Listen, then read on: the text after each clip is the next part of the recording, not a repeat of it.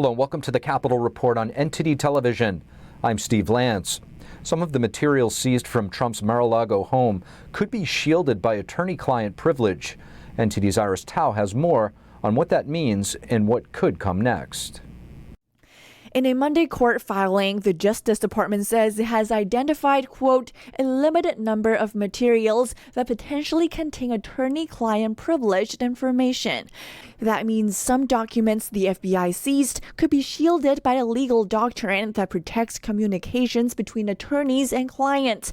And a legal expert says as a result, any privileged documents should be returned to the former president without further examination and without referral to the part of Justice Department that is seeking the criminal prosecution. The DOJ says its privileged review team has already reviewed the documents and is in the process of addressing potential privilege disputes. Yet Jim Burling with the Pacific Legal Foundation tells NTD the Department of Justice is arguing that this has been taken care of. We don't need a special master for this. I think the president's team will argue that, look, it's nice that they're doing a filter team, but we really want somebody who is truly neutral, somebody outside the Department of Justice to review these documents. And Trump has asked for an independent special master to oversee the review of seized documents. A federal judge said she's inclined to grant Trump's request, but still gave an opportunity for the Justice Department to respond at a hearing scheduled for this Thursday. Meanwhile, the White House said Monday that President Biden had not been briefed on the seized materials. The president hasn't been briefed on any of this. None of us have been briefed. The White House has been briefed on any of this. And so we are just going to leave it to the Department of Justice and to ODNI. Reporting in Washington, D.C., Iris Tao, NTD News. House GOP lawmakers are demanding a response from House Speaker Nancy Pelosi. They want her to comment on President Biden's recent announcement to waive hundreds of billions of dollars in student loan debt. The demand came in a letter from Congressman Jody Hice that was co-signed by 93 other Republicans. The letter noted that Pelosi had said last year, quote, "People think that the President of the United States has the power for debt forgiveness. He does not. He can postpone, he can delay, but he does not have that power. That has to be an act of Congress." The letter calls Biden's cancellation of student debt a massive executive overreach. Republicans say it will only further raise the costs of higher education. Virginia Governor Glen Youngkin is vowing to stop his state's requirement to follow California in adopting strict rules for vehicle emissions. Virginia officials said last week that the state is on track to adopt California's new rules for transitioning to zero-emission vehicles, a bill that was passed in 2021 by what was then a Democrat-controlled legislature linked Virginia's emission standards to California's. In a statement on Twitter, Youngkin called it a ridiculous edict that would eventually ban the sale of gas and diesel-fueled vehicles. He vowed to put a stop to this rule. Virginia House Speaker Todd Gilbert, a Republican, said in a statement last week that Republican lawmakers are also planning to put forward a measure that delinks Virginia's car emission standards from California's. And to assess this trigger law and what it means for the state of Virginia, we have Virginia Congressman Bob Good here with us to discuss. Congressman Bob Good, thank you so much for joining us. Great to be with you, Steve. Thanks for having me again. Congressman, California could be adopting a new law banning gas-powered cars by 2035.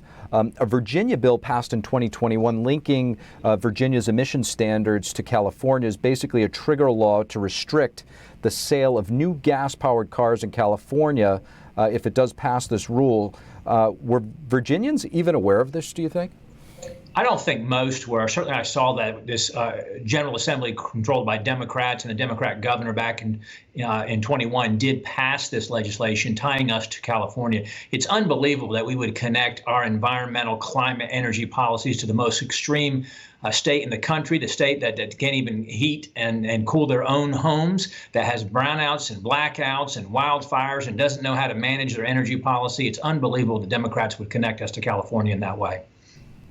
I mean, to your point, California being its own state on the other side of the country, do you know where the rationale even comes from on something like this?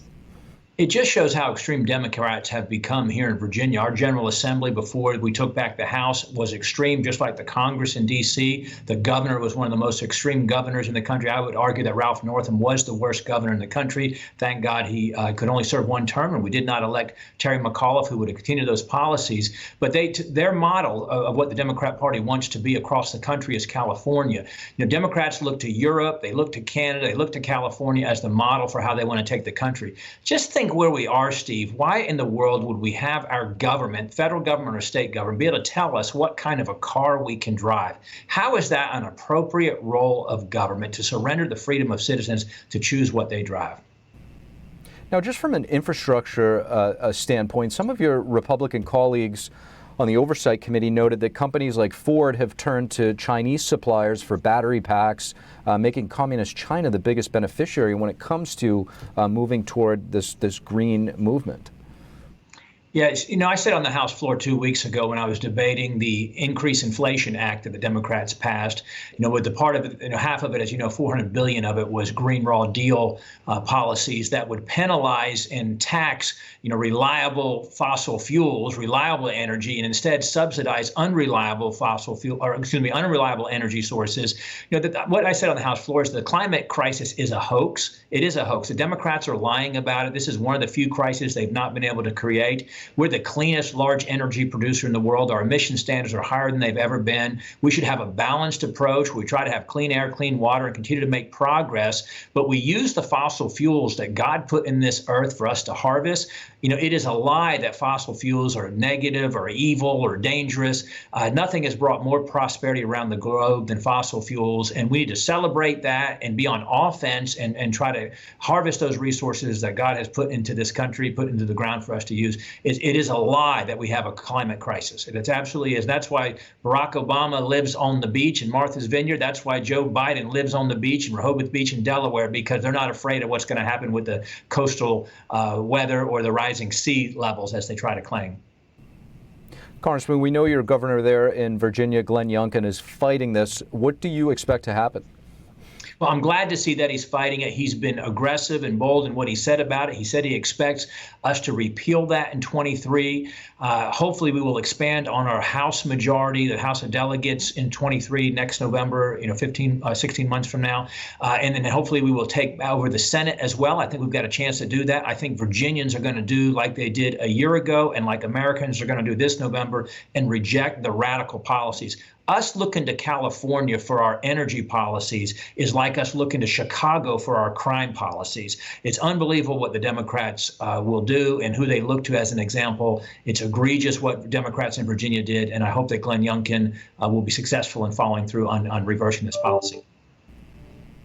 Congressman Bob Good, thank you so much. Thank you, Steve. Great to be with you.